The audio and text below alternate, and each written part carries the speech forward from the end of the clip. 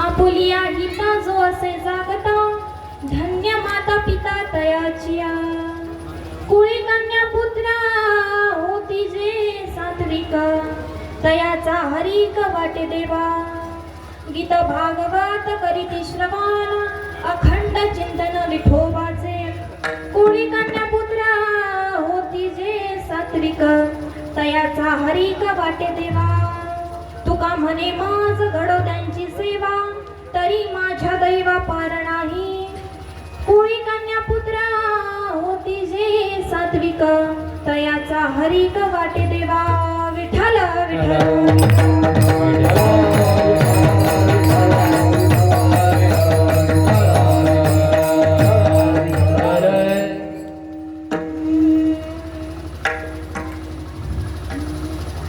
समचरण सरोजं सांद्रनीला बुदावं जगननीत पाणी मंडनं मंडनाना तरुण तुलसी माला कंधरं काञ्जनेत्रा सदैव धवलहासं विठ्ठलं चिन्तयामि पांडुरंग करो प्रजमन पांडुरंग करो प्रजमन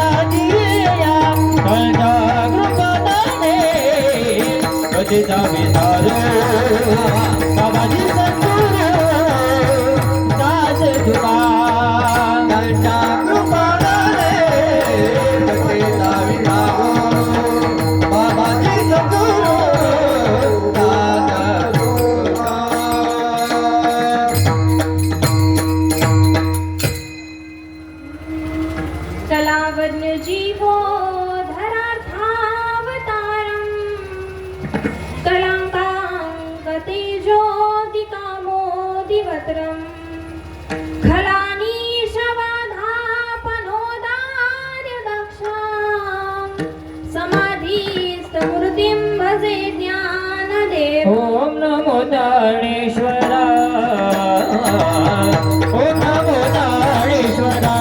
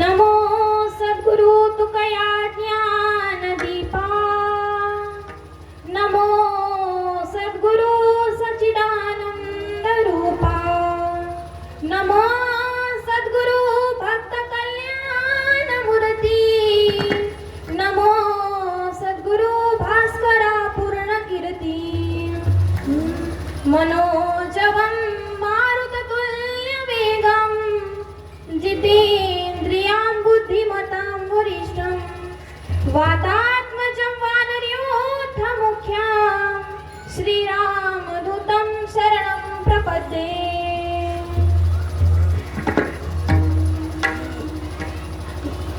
ओम नमो जियाद्या वेद प्रतिपाद्या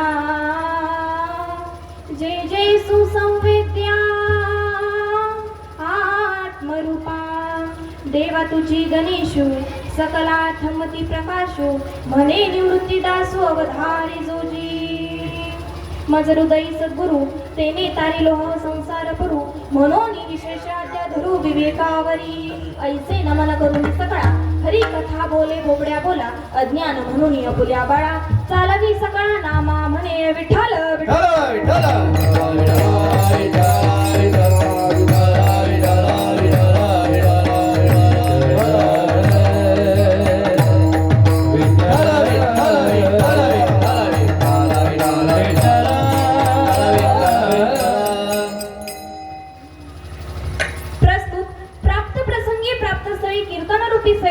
निवडलेला अभंग जगद्गुरु जगत वंदनीय वैराग्याचे मुकुटमणी देहूचे निवासी तसेच वैकुंठाला सदैव गमन करणारे संत श्रेष्ठ श्रीमंत श्री जगद्गुरु तुकाराम महाराज यांचा आज आपण उत्कृष्ट असा अभंग आज आपण सेवेकरिता निवडलेला आहे विठ्ठल विठ्ठल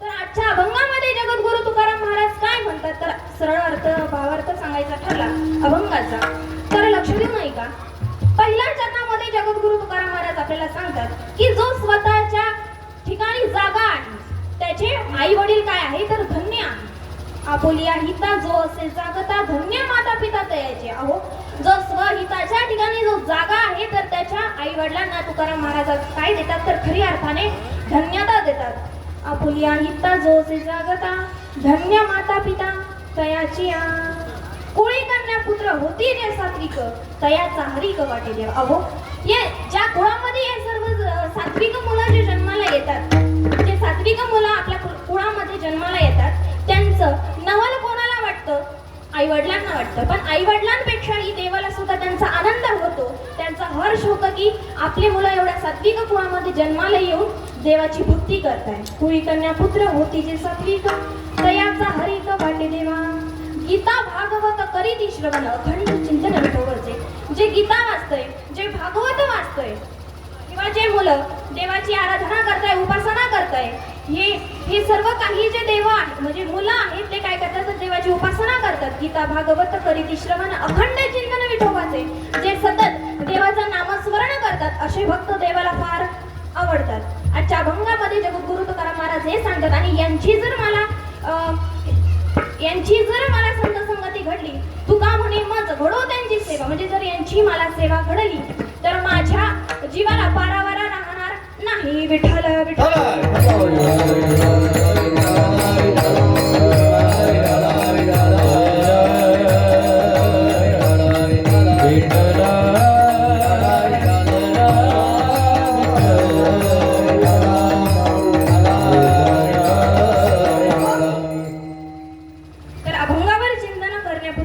अल्पसा परिहार द्यायचा तो म्हणजे असा तर आपला चालू असलेला अखंड हरिनाम सप्ताह भोयगाव गावाचं नाव भोयगाव आणि आज माझी चौथ्या दिवसाची कीर्तन रूपी सेवा आपण सर्वजणांनी आयोजक सहयोग नियोजक यांनी काय केली तरी तर ठेवली हे मी आभार व्यक्त करते की त्यांची गाव माझं तसं शिवगड म्हणजे बाबरगावच आहे आणि इथं भोयगाव शक्यतो आजच्या कीर्तनाला बाबरगाव आणि भोयगाव हे दोन्ही उपस्थित आहे तर हे सर्वांचं मी आभार व्यक्त करते की आज ज्यांनी माझी तर कीर्तनरूपी सेवा ठेवली असे असणारे सर्वच गावातील मंडळी आणि ज्यांच्या माध्यमातून मला ही कीर्तनरूपी सेवा आली असे असणारे माझ्या वडिलांचे मित्र विनोद काका असतील त्यांची मी आभार व्यक्त करते की त्यांनी इथं माझी कीर्तन सेवा म्हणजे मला इथं सांगायचं तुमच्यासमोर काय आलं तर संधी मिळाली की गावातही कीर्तन झालं आणि गावाच्या शेजारीही माझं आता कीर्तन होत आहे हे मी माझं परमभाग्य समजते आणि सेवेला सुरुवात करते विठ्ठल विठ्ठल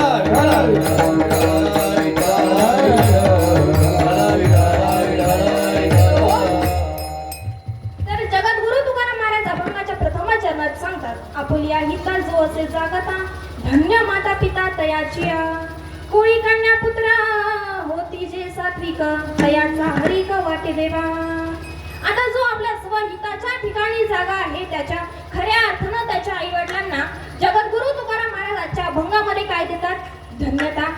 देतात. सर्वजण ताट बसा बरं एकदा. म्हणजे आता तुम्ही जसं कमळाच्या फुलासारखे बसलेले आहेत तसेच टवटवीत बसा, नाहीतर मधून सूर्यफुलासारखे मान टाकू नका. विठ्ठल विठ्ठल.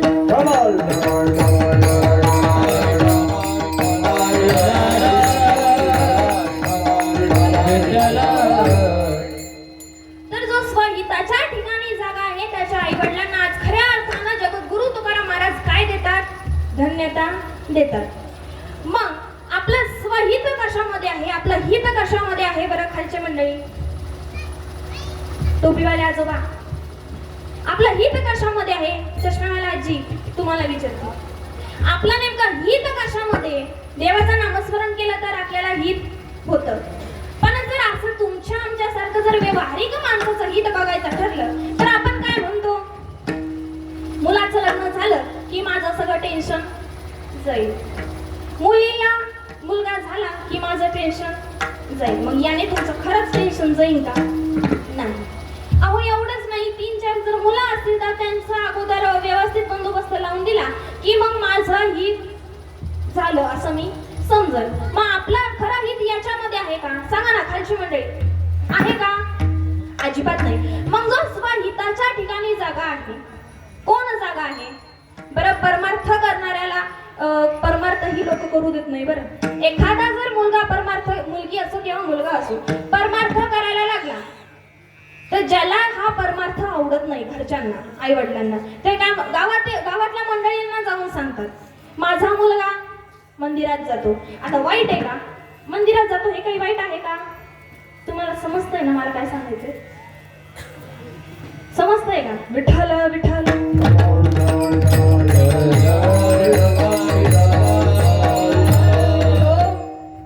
तुम्ही हा नाहीतर नाही तरी म्हणा, म्हणजे मला कळेल की माझं कीर्तन तुम्हाला समजतंय.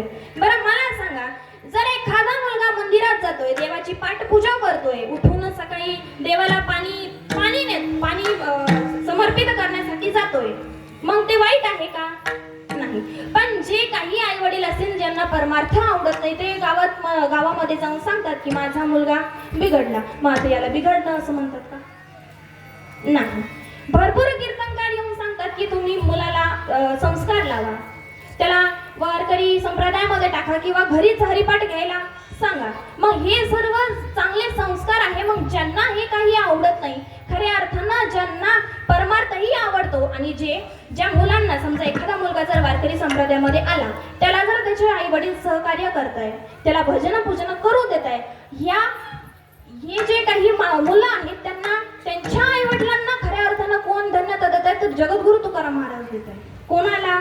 जे सहकार्य करताय, कितीही विघ्न येऊ द्या तरी सुद्धा सांगताय बाळा तू कर, मी तुझ्या पाठीमाग आहे, असे असणारे खरे जे आई वडील आहे, जे खऱ्या अर्थानं जे सर्व काही सहकार्य करताय, किंवा बाळा तू कितीही अपयशाच्या पायरीवरती जरी आला तरी तुला यश प्राप्त होईल, असे असणारे जे आई वडील आहे त्यांना जगद्गुरु तुकाराम महाराज काय देतात? तर खऱ्या अर्थानं धन्यता देतात. हेच महाराज अभंगाच्या प्रथम चरणात आपुलिया हिता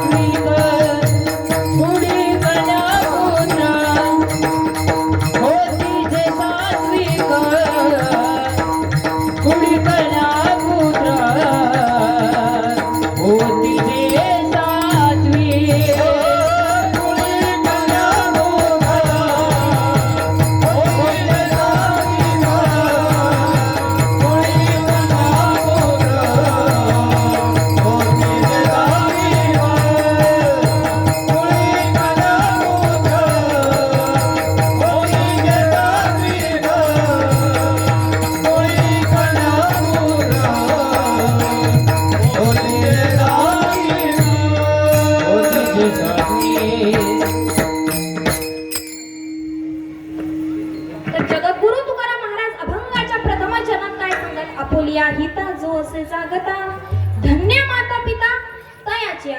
अहो जो स्वतःच्या हितासाठी जो जागा आहे त्याची आई वडिलांना खऱ्या अर्थानं जगद्गुरु तुकाराम महाराज काय देतात तर धन्यता देतात. त्या आई वडिलांना देत नाही. कोणत्या? जे मुलं परमार्थ करताय पण त्यांना परमार्थ करू देत नाही अशा आई वडिलांना धन्यता देत नाही. मग आता तुम्ही घरी जाऊन विचार करा की आपल्याला जर देवाकडून धन्यता जर प्राप्त करायची असेल तर आपल्या आपल्या मुलांना परमार्थ करायला लावा. कारण त्याच आई वडिलांना इथं म्हणजे माता असेल पिता असेल त्यांनाच धन्यता मिळतीये. कोणाला? जे परमार्थ करू देत आहे, जे सहकार्य करत आहे त्यांनाच आज खऱ्या अर्थानं जगद्गुरु तुकाराम महाराज काय देत आहेत तर धन्यता देते. धन्य माता पिता तयाची विठ्ठल विठ्ठल.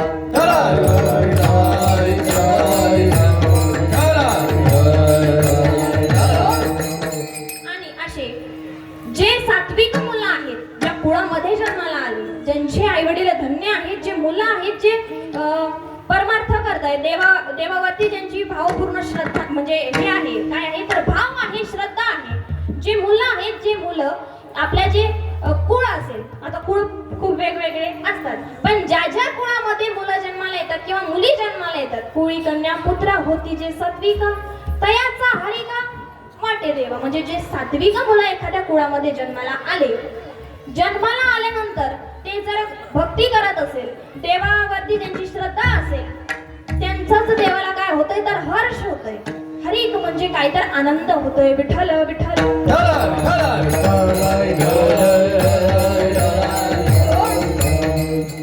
तसा विचार केला तर इथं कुळी कन्या पुत्र असा शब्दप्रयोग केला. मग जगद्गुरु तुकाराम महाराज असाही शब्दप्रयोग करू शकत होते ना. कुळी पुत्र कन्या होती जे सात्विक तयाचा हरिका वाटे देवा. पण तसं बघायला गेलं तर जगद्गुरु तुकाराम महाराजांनी प्राधान्य कोणाला दिलं? कन्याला. कोणाला दिलं? स्त्रीला दिलं. जी आदिशक्ती असेल, जगदंबा असेल किंवा रेणुका आई असेल किंवा आपली आदिशक्ती किंवा मग आपण काय अन्नपूर्णा माता जी आपल्या घरामध्ये स्वतः वास्तव्य करते, असं जगद्गुरु तुकाराम महाराज म्हणजे जे संत होऊन गेले त्यांनी सुद्धा स्त्रींना काय केलं तर प्राधान्य दिलं. मग आपण का नाही द्यावं बरं? आपणही त्यांना प्राधान्य दिला पाहिजे. कुळी कन्या पुत्र होती जे सात्विक, आपण स्त्रींना प्राधान्यही दिला पाहिजे, त्यांचा सन्मान केला पाहिजे. कारण संतांनी जर त्यांचा सन्मान करावा तर आपण का करू नये? विठ्ठल विठ्ठल.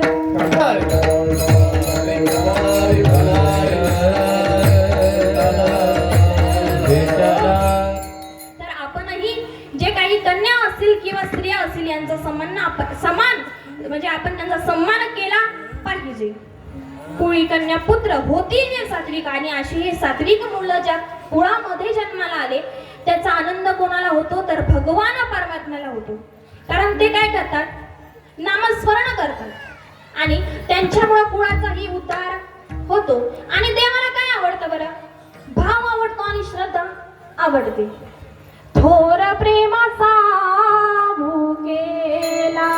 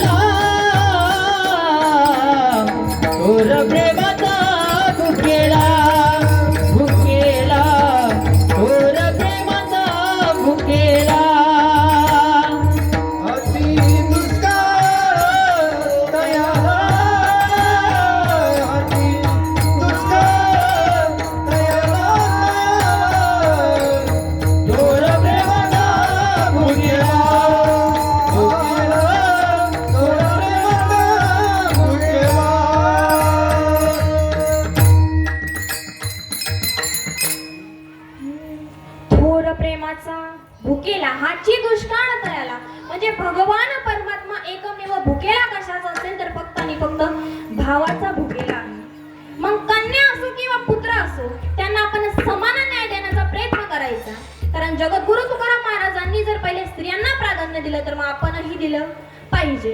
मग असं नाही की कोणीही देत नाही बरं, सर्वजणही काही काही जण देतात आणि काही काही देत नाही, त्यांना सांगते आपण स्त्रींचा सन्मान केला पाहिजे, आदर केला पाहिजे. तसं बघायला गेलं तर परमार्थामध्ये आमच्या ताई सांगायच्या, गुरुवारी ताई असतील त्या आम्हाला सांगायच्या की परमार्थामध्ये जसं पुरुष मंडळी कीर्तन करतात, कीर्तन कोणी करावं? पुरुषही करतात आणि स्त्रियाही करतात. तुम्हाला कळतंय ना? खाली बसलेली मंडळी कळतंय? चांगलं कळतं. विठ्ठल विठ्ठल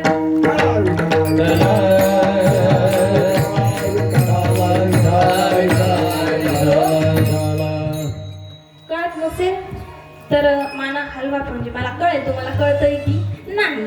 म्हणजे मला सांगायचं हेच की परमार्थामध्ये पुरुष असो किंवा स्त्री असो कीर्तन कोणीही करावं, कोणीही केलं तरी चालेल. जसं आपण म्हणतो की पुरुष हे कीर्तन करतात, ठीक आहे, पुरुष मंडळीही कीर्तन करतात. जसं ते कीर्तन करतात त्यांचा उद्धार व्हावं, त्यांचं नामस्मरण व्हावं किंवा ते सर्व दोषमुक्त व्हावं, याच्यासाठी मग यांची तळमळ कोणाला असते की त्यांना असते. मग अशी तळमळ स्त्रियांना नको का? मग जेवढं प्राधान्य स्त्रियांना आहे तेवढं पुरुषांनाही आहे, आणि जेवढं प्राधान्य पुरुषांना आहे तेवढं स्त्रियांना भेटत. यारे यारे लहान थोर, यारे यारे लहान थोर, यारे यारे लहान थोर, यारे यारे लहान थोर, याती भलती नारी नर, याती भलती नारी नर, याती भलती नारी नर, याती भलती नारी नर. करावा विचार, करावा विचार, करावा विचार, करावा विचार. लगे चिंता गवनाची, लगे चिंता गवनाची, लगे चिंता गवनाची, चिंता गवनाची.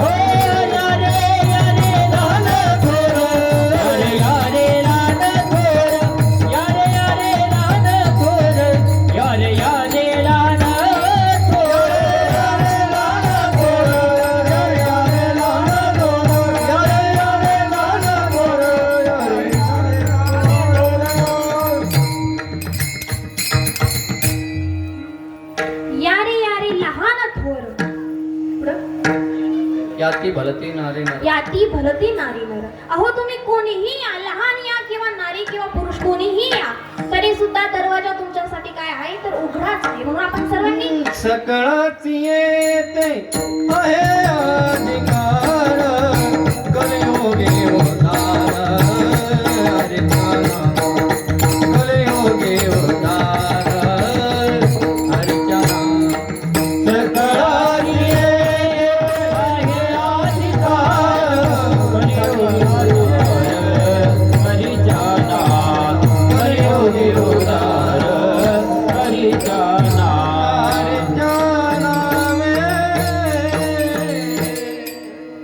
तर भगवान परमात्मा एवढंच सांगतात, तुम्ही लहान या किंवा स्त्री असो किंवा पुरुष असो यांना आपण समान न्याय देण्याचा प्रयत्न करावा. मग कुळी कन्या पुत्र होती जे सात्विक तयाचा हरिक वाटे देव. अहो जे या कुळामध्ये जन्माला येणारे सात्विक मुलं असतात त्या कुळाचा तर उद्धार होतो, पण जे नामस्मरण करतात त्याचा आनंद माता पितांनाही होतो. पण माता पितांना होतो असं नाही तर त्या अखिल कोट ब्रह्मांड नायक त्याला सुद्धा या लहान लहान मुलांचा असो किंवा जे कीर्तन करतात, जे भागवत करतात त्यांचा काय होतो आनंद वाटतो. विठ्ठल विठ्ठल.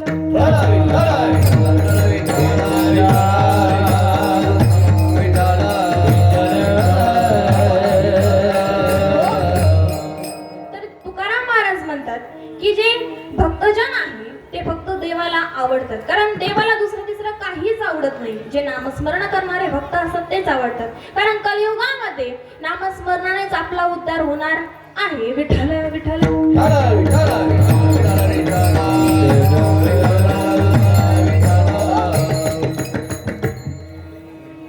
तर जे सात्विक मुलं जन्माला येतात त्यांचा आपण आदर केला पाहिजे, त्यांना आपण सहकार्य केलं पाहिजे.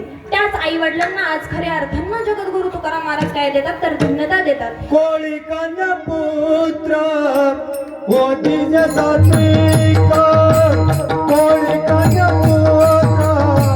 होतीचे सात्विक तिले नातिक कोणी कन्या तिले नातिक कोणी कन्या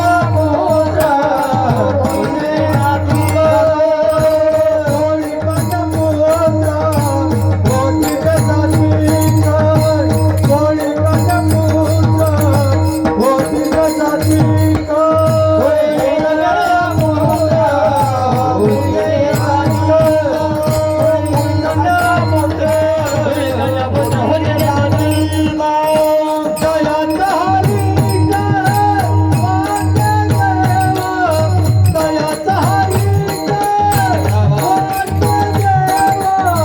कोणी कन्या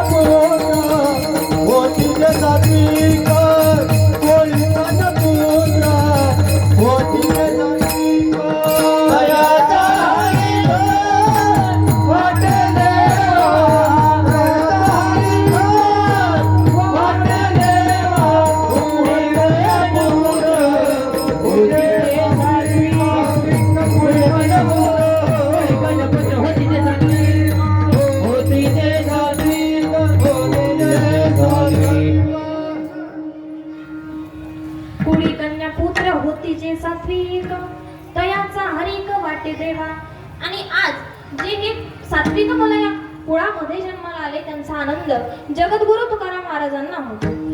पण जे गीता असेल भागवत असेल जे याचं श्रवण करतात, जगद्गुरु तुकाराम महाराज म्हणतात गीता भागवत करीती श्रवण अखंड चिंतन विठोबाचे. म्हणजे जे अखंड जे खंडन पडू देत नाही असं असणारे जे भक्त आहे, जे विठोबाचं नामस्मरण करतात म्हणजे त्यांच्या जवळच देव काय करतात तर वास्तव्य करतात. विठ्ठल विठ्ठल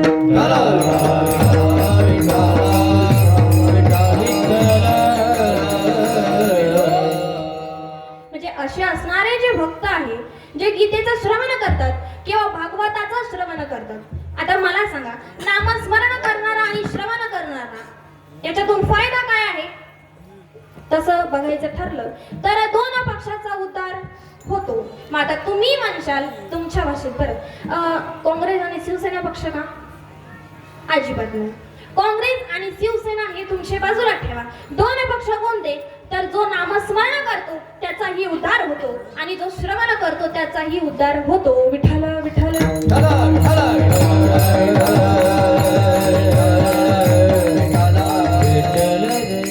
मग दोन्ही पक्षाचा उद्धार होतो.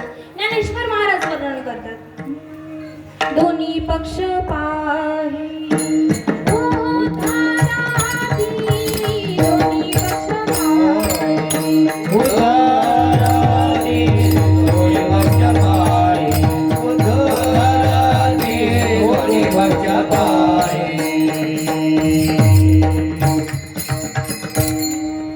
दोन्ही पक्ष पाही उदरती काळ वेळ नाम उच्चारिता नाही. दोन्ही पक्ष पाही उदरती म्हणजे जो श्रवण करतो त्याचाही उद्धार होतो आणि जो नामस्मरण करतो त्याचाही उद्धार होतो. गीता भागवत करीती श्रवण अखंड चिंतन विठोबाचे. तर तसं जगद्गुरु तुकाराम महाराज म्हणतात की आपला धर्मग्रंथ म्हणजे गीता आहे. खाली बसलेल्या मंडळी तुम्हाला सांगते, म्हणजे जो आपला श्रीमद भगवत गीता आहे, भागवत आणि गीता. गीता आपल्याला जन्माला आल्यापासून जगावं कसं हे शिकवते आणि भागवत संपूर्ण जीवन जगल्यानंतर मरावं कसं हे शिकवतं. विठ्ठल विठ्ठल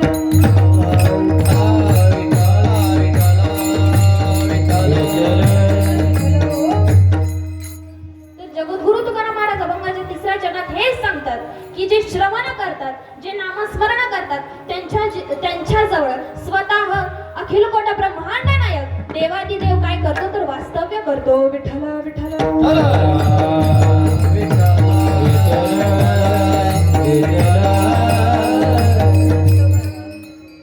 अखंड चिंतन विठोबाचं कोणी केलं तर जगद्गुरु तुकाराम महाराजांनी केलं. कसं केलं बरं? जिजाऊ आईसाहेब कितीही ओरडू द्या तरी सुद्धा जगद्गुरु तुकाराम महाराज नामस्मरणाला भंडारा डोंगरावरती जायचेच. मग आता इथं कोणाला कोणीच ओरडत नाही तरी आपण नामस्मरण करत नाही महाराज. बरं इथं बसलेले किती किती जण नामस्मरण करतात बरं? हात वरती करा. मागची मंडळी हात वरती करा बरं. म्हणजे इथं बसलेलं एकही नामस्मरण करत नाही असा अर्थ आहे का? आता नामस्मरण करतं पण आता हात कसा वरती करावं? विठ्ठल विठ्ठल.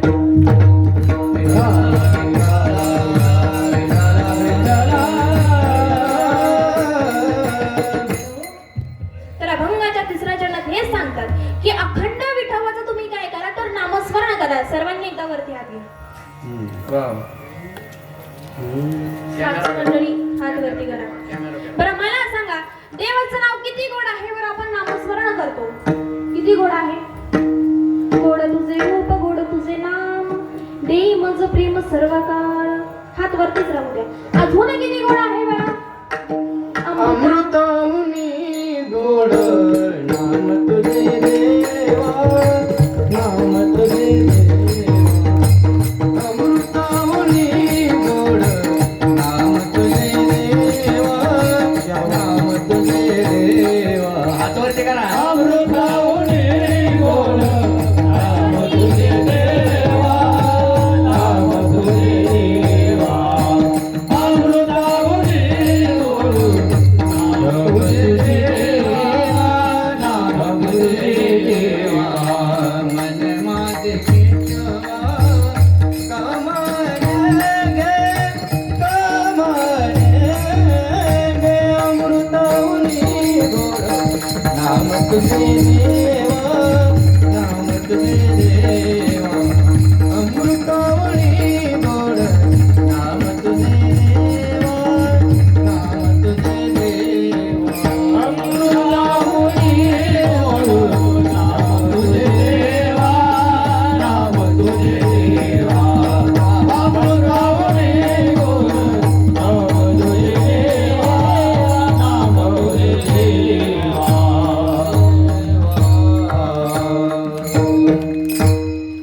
हात खाली नव्हते करायला लागले, वरती करा. किती गोड आहे देवाचं नाव. अमृताहुनी गोड नाम तुझे देवा, मन माझे केशवा का भाने गे. अजून किती गोड आहे बरं? जिवे गोड तीन अक्षरांचा रस पाहुनी जयाचं पिके फुटे. देवाचं नाम गोड तर आहेच हो, पण पवित्र सुद्धा आहे. किती पवित्र आहे? पवित्राणां पवित्रम्यो मंगलानांच मंगलम दैवतम देवतानां च योगय पिता. म्हणजे देवाचं नाम किती गोड आहे. अजून गोड आहे का? आता भरपूर गोड झालं महाराज. तुम्ही म्हणसाल चालू द्या पाठी 4 वाजेपर्यंत. सर्वांनी एकदा वरती हात करा. विठोबा रखुमाई.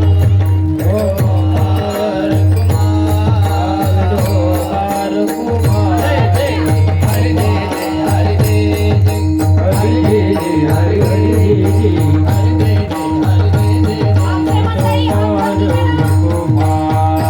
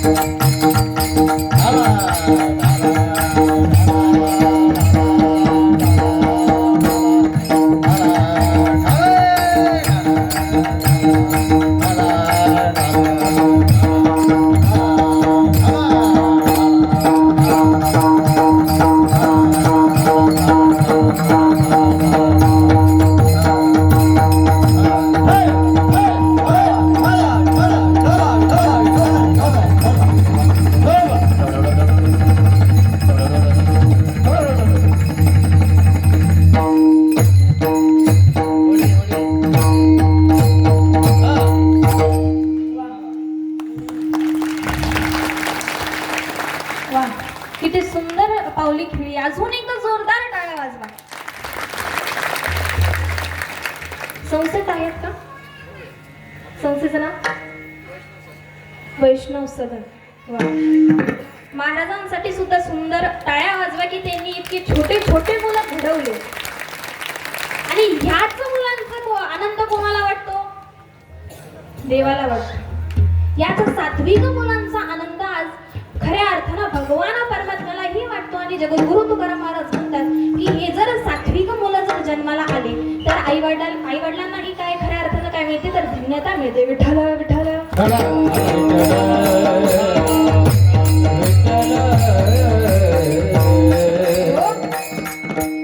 तर तुकाराम महाराज म्हणतात की जन्माला आल्यापासून जगावं कसं हे गीता शिकवते आणि संपूर्ण जीवन जगल्यानंतर मरावं कसं हे भागवत शिकवतं. गीता भागवत करीती श्रवण. आणि असे हे जे आपले प्रमुख ग्रंथ आहे यांचं श्रवण जे भक्त करतात त्यांचा आनंद भगवान परमात्म्याला होतो. आणि एवढंच नाही, श्रवण तर ते करतात पण विठोबाच्या नामामध्ये जे तल्लीन होऊन गेले म्हणजे जे भक्त असतील किंवा संत असतील याचा आनंद देवालाही होतो. विठ्ठल विठ्ठल.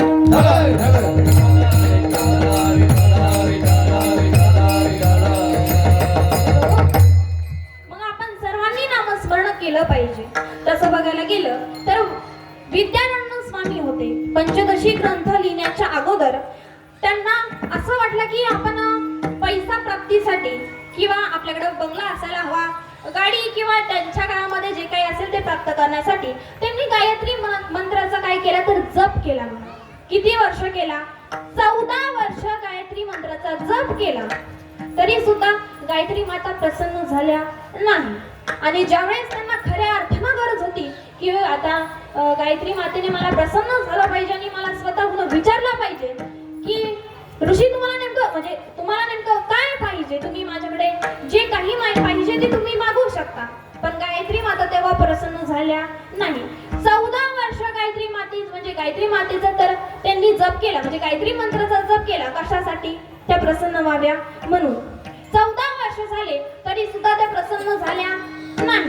काय झाला नाही? भरपूर वर्षानंतर त्या प्रसन्न झाल्या पण ज्यावेळेस त्यांना खऱ्या अर्थानं गरज होती त्यावेळेस त्या प्रसन्न झाल्या नाही. त्याच्यानंतर त्यांनी काय केलं तर ब्रह्मचारी म्हणजे संन्यास त्यांनी घेऊन टाकला. आणि नंतर ज्या वेळेला गायत्री माता त्यांना प्रसन्न झाल्या त्यानंतर त्यांनी विचारलं की स्वामी तुम्हाला जे पाहिजे तुम्ही ते माझ्याकडे मागू शकता. त्यावेळेस विद्यारण्य स्वामी म्हणाले माते ज्यावेळेस मला खरंच गरज होती त्यावेळेस तुम्ही प्रसन्न झाला नाही आणि असाही मी आता संन्यास घेतलेला आहे. मग नेमकं त्यावेळेस त्या म्हणाले तुम्हाला ऐकायचंच आहे का मी तुम्हाला प्रसन्न का झाले नाही तर तुम्ही फक्त एकदा मागे वळून बघा. ज्यावेळेस विद्यारण्य स्वामींनी मागे वळून बघितलं त्यावेळेस 14 पापाचे डोंगर जळत होते. किती? 14. कळतंय तुम्हाला? किती? 14 पापाचे डोंगर जळत होते. म्हणजे एवढे 14 वर्ष ज्यांनी नामस्मरण केलं त्यांनी मागच्या काही जन्मामध्ये एवढं पाप केलेलं होतं की 14 डोंगर जळत होते. कशाचे? पापाचे. पण त्यांनी नामस्मरण केल्यानंतर त्यावेळेस गायत्री माता म्हणाल्या की अहो तुमच्या मागच्या पूर्वजन्मीचं एवढं पाप होतं म्हणजे 14 पापाचे डोंगर मागे जळत होत्या. त्यावेळेस त्यांनी विचारलं माते हे काय आहे मला तर काही समजेनाच. त्यावेळेस गायत्री माता म्हणाल्या की ज्यावेळेस तुम्ही मागच्या जे काही तुमचे जन्म असतील तेव्हा तुम्ही इतकं पाप केलेलं होतं की तुमचे जे 14 पापाचे डोंगर आहेत ते 14 वर्ष तुम्ही जे नामस्मरण केलं त्याने जळून गेले. म्हणून आपणही ठरवा आपण खूप पाप करतो महाराज. असं कोणीच बसलेलं नाही की तर कोणी पाप केलेलं नाही. मग आपणही नामस्मरण केलं पाहिजे. ज्ञानेश्वर महाराज तसं बघायला गेलं तर विद्यारण्य स्वामी म्हणाले की हे 14 पापाचे डोंगर हे माझे पापाचे डोंगर आहेत का म्हणजे मी केलेल्या पापाचे डोंगर इथं जळत आहेत का? त्याच गायत्री माता म्हणाल्या हो त्याच्यामुळेच मी तुम्हाला काय झाली नाही तर प्रसन्न झाले नाही. म्हणून आपण देवाचं नामस्मरण केलं पाहिजे. किती जरी पाप असलं तरी ते जळून जातं. जळतील पापे जन्मांतरी. जळतील पापे जन्मांतरी. जळतील पापे जन्मांतरी.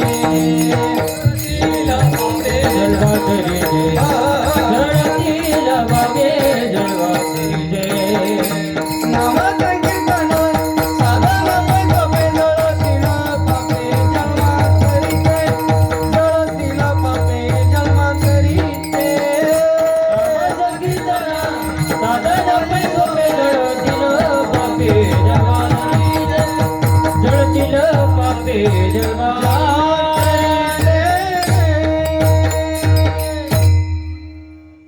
तर विद्यानंद स्वामींनी नामस्मरण केल्यानंतर त्यांचं जेवढं काही पाप होतं त्याच्यातून ते काय झाले तर मुक्त झाले.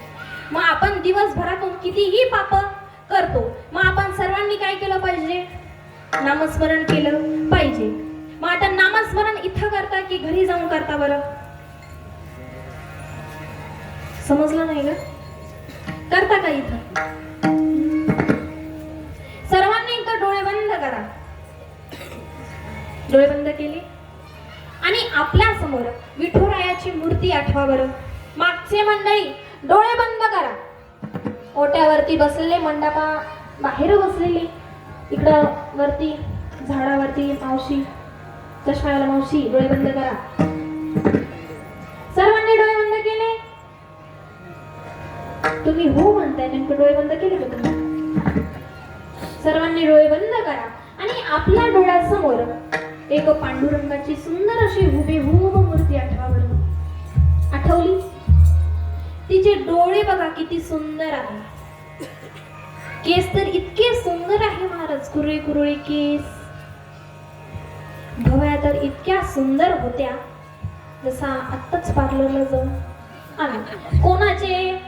अहो भगवान परमात्म्याचे. डोळे बंद करा. म्हणजे इतका सुंदर भगवान परमात्मा आहे, त्याचे गाल कसे आहे बरं? सफरचंदासारखे त्याचे गोल गोल गाल, ओठ एकदम गुलाबी गुलाबी, डोळे इतके सुंदर आणि केस तर इतके छान, कसे? कुरळे कुरळे. आणि ह्याच पांडुरंग भगवान परमात्म्याचं आपण 5 मिनिटं काय करायचंय? नामस्मरण करायचंय. आता तुम्ही सर्वजण माझ्या मागे म्हणा, विठ्ठल. आवाज येत नाही, जोरात म्हणा. तुमच्या समोर पांडुरंग साक्षात उभा आहे. विठ्ठल विठ्ठल विठ्ठल. अहो मनातून करा ना, आरडू कशाला राहिली? विठ्ठल विठ्ठल विठ्ठल विठ्ठल विठ्ठल विठ्ठल विठ्ठल. आता सर्वांनी हळूहळू डोळे उघडा. बाबा डोळे उघडा. म्हणजे बाबा इतकं मग्न झाले, म्हणजे आपण नामस्मरण रोज केलं पाहिजे बरं. विठ्ठल विठ्ठल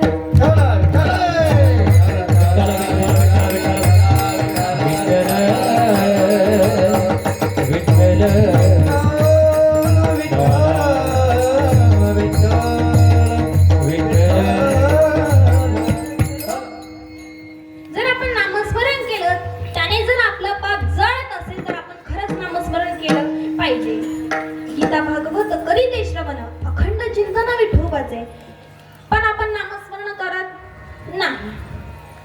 नाथ महाराज सुंदर हरिपाठामध्ये त्यांच्या वर्णन करतात. नामविन मुख सर्पाचे ते बीळ, जिव्हा नवे काळ सर्पा, वाचा नवे लाव, जळू याचे जिने, यातना भोगणे यमपुरी. याचा अर्थ जर जाणून घ्यायचा असेल तर नामविन मुख म्हणजे जे आपल्याला एवढं सुंदर मुख दिलेलं आहे भगवान परमात्म्याने, त्याचं जर आपण चिंतनच केलं नाही तर ते मुख नसून काय आहे? काळरूपी सर्पाचं बीळ आहे. नामविन मुख सर्पाचे ते बीळ, जिव्हा नवे काळ सर्प आहे. आणि जिव्हा म्हणजे तुम्हाला जीभ माहितीच असेल, ती जिव्हा नसून काय आहे? काय आहे?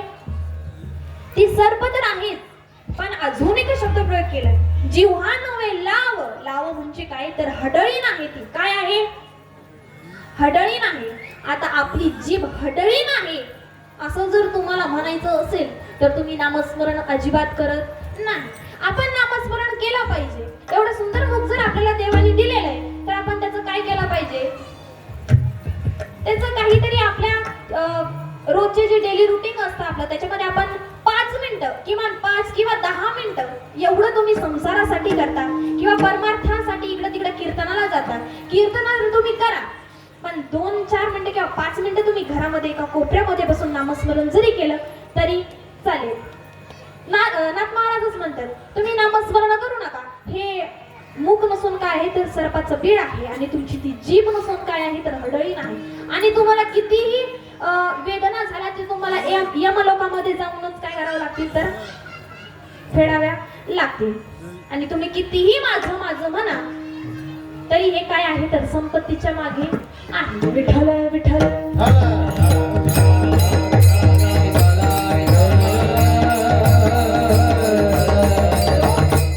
म्हणून आपण सर्वांनी काय केलं पाहिजे, नामस्मरण केलं पाहिजे.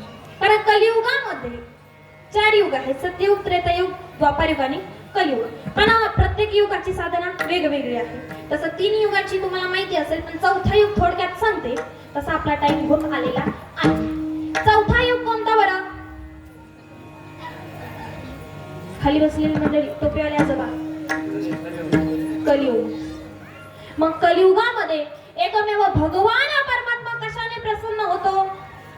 कलियुगा माझी करावे कीर्तन तेने नारायण माझे लभेती, तेने नारायण माझे लभे. कलियुगा माझी करावे कीर्तन तेने नारायण माझे लभेती, तेने नारायण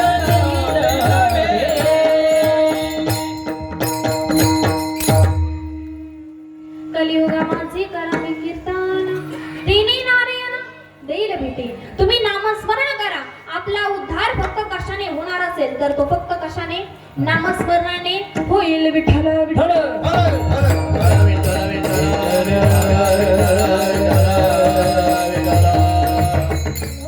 आणि जो गीता भागवत त्याचं श्रवण करेल किंवा अखंड चिंतन करेल त्यालाच भगवान परमात्मा काय म्हणतात तर हा देवाचा कोण आहे तर भक्त आहे. हेच महाराज अभंगाच्या 3ऱ्या चरणात सांगतात. गीता भागवत करीती श्रवण, गीता भागवत करीती श्रवण,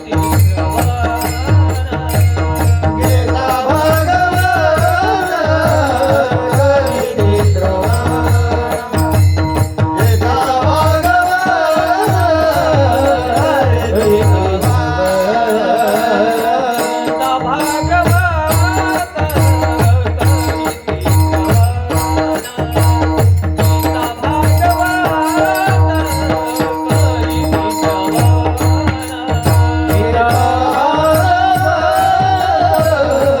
करीती श्रवण,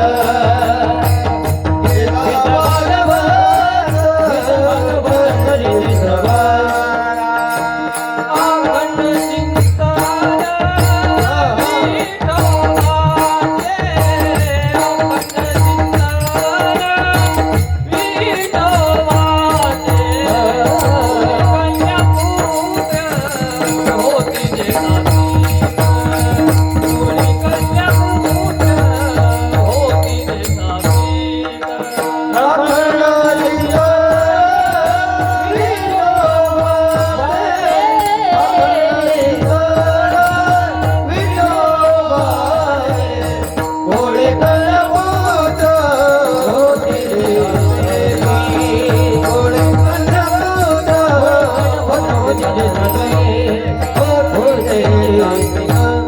करीती प्रमाण आवडलं नाही का?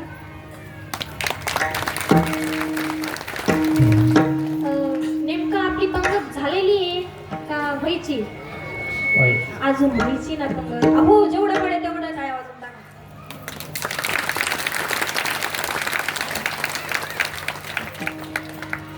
विठ्ठल विठ्ठल.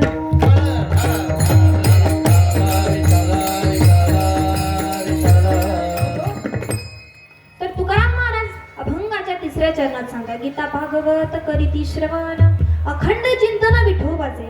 जे या ग्रंथाचं श्रवण करतात किंवा विठोबाचं नामस्मरण करतात तेच भक्त देवाला आवडतात. असं म्हणण्यापेक्षा जे श्रवण करतात, जे नामस्मरण करतात, आपोआपच देव त्यांच्याजवळ वास्तव्य करतो. महाराज तुम्ही अनुभव घेऊन बघा. अनुभव आला तर मला येऊन नक्कीच भेटा. विठ्ठल विठ्ठल.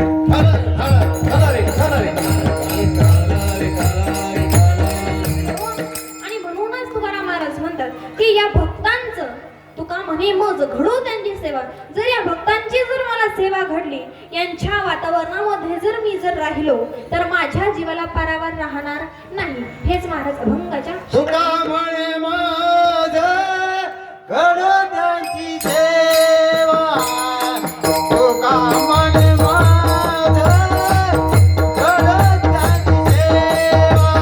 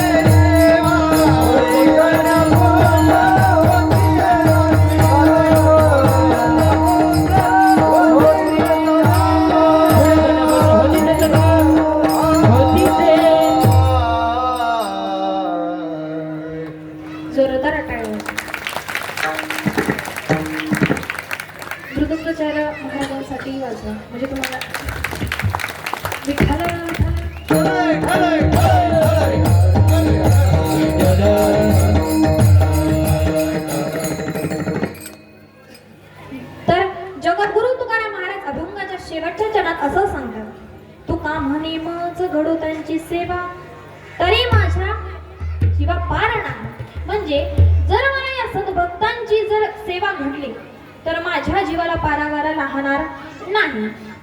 तर मग आपण ठरवायचं की आपल्याला जर असं सद्भक्ताच्या यादीमध्ये यायचं असेल तर आपल्याला खऱ्या अर्थानं नामस्मरण केलं पाहिजे. आणि आपण आता इथं बसलेले मला माहिती नाही कोणी सपोर्ट करतं की नाही करत, पण ज्याला कोणाला वारकरी संप्रदायामध्ये मुलं शिकायला टाकायची असेल तसंच आपल्या महाराजांची इथं काय म्हणतात वारकरी शिक्षण संस्था आहे, तुम्ही तिथंही टाका. किंवा घरी जरी तुमच्या मुलांनी मंदिरात गेला नामस्मरण केलं तर त्याला थांबवू नका. आज एवढे मुलं इथं टाळ वाजवण्यासाठी आहेत, हे गावातलेच आहेत का या? नाही.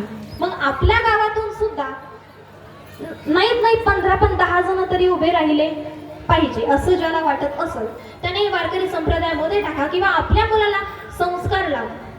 पण आपण संस्कार लावत नाही, आपण त्यांच्या समोर फोन घेऊन बसतो, पण त्यांना असं म्हणत नाही की चल बाबा आपण हरिपाठ घेऊ किंवा मंदिरामध्ये जाऊ. इतकं तुमच्या म्हणजे तुमच्या गावामध्ये आपलं मंदिर बालाजीचं मंदिर आहे, इतकं सुंदर मंदिर आहे, तिथं तुम्ही रोज हरिपाठ घ्या. बालाजीचं मंदिर जरी असलं मग हरिपाठ घ्यायला काय मना आहे का तिथं? नाही. एवढा सुंदर अखंड सप्ताह चालू आहे त्याला खंड पडू देऊ नका.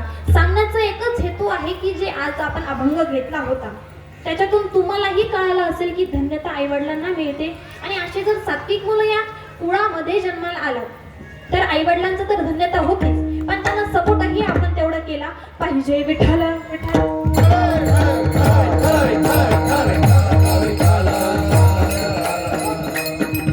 तर तुकाराम महाराज एवढंच सांगतात की या भक्तांचा जर मला तुका म्हणे मग घडो त्यांची सेवा, म्हणजे सेवा जर मला त्यांची घडली तर माझ्या जीवाला पारावारा राहणार नाही. आणि या यादीमध्ये जर आपल्याला यावं असं वाटत असेल तर आपण नामस्मरण केलं पाहिजे. यथामध्ये यथावकाश झालेली कीर्तनरूपी सेवा माऊली ज्ञानोबरांच्या चरणी बालाजी महाराजांच्या चरणी समर्पित करते. तसंच आपलं भागवतही सुरू आहे. सर्वांच्या चरणी समर्पित करते. अखिल कोट ब्रह्मांड नायक देवादिदेव पांडुरंग भगवान परमात्मा यांच्या चरणावरती समर्पित करते. तसंच मृदुंगाचार्य महाराज असतील, मला नाव काही माहीत नाही, रामेश्वर महाराज यांची मी आभार व्यक्त करते की त्यांनी उत्कृष्ट प्रकारे इथं मला आज साथ केली. सर्वांनी एकदा जोरदार टाळ्या वाजवा. पंगत वाटली बरं. आणि गायनाचार्य म्हणजे सुंदर अशा प्रकारे मला इथं लाभले हे मी माझे परमभाग्य समजतेच. तसं विनिकरी बाबा तुम्ही म्हणजे संपूर्ण कीर्तन होईपर्यंत मी तुमच्याकडे चांगलंच व्यवस्थित बघितलं. काही नाराज वगैरे आहेत का? म्हणजे आजी आलेल्या नाहीत का काय? आजी पण आलेल्या. मग तुम्ही तुमच्या चेहऱ्यावरती हास्य काही दिसलंच नाही मला.